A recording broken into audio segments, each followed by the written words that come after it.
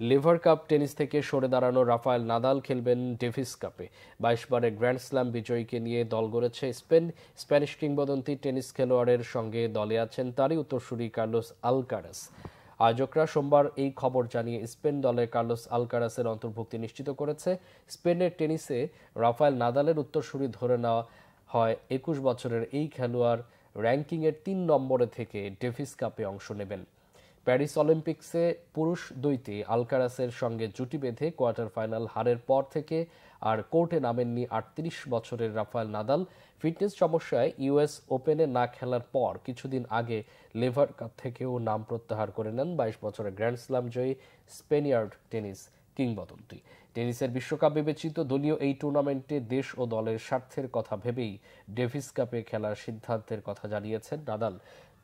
আগামী 19 নভেম্বর স্পেনের মালাগায় শুরু হবে 112তম ডেভিস কাপের কোয়ার্টার ফাইনাল রাউন্ড। নকআউট পর্বে 6 বারের চ্যাম্পিয়ন স্পেন লড়বে নেদারল্যান্ডসের বিপক্ষে। 2019 সালে সবশেষ এই ট্রফি জিতেছিল স্পেন। নেদারল্যান্ডসের এখনও ফাইনাল খেলা হয়নি।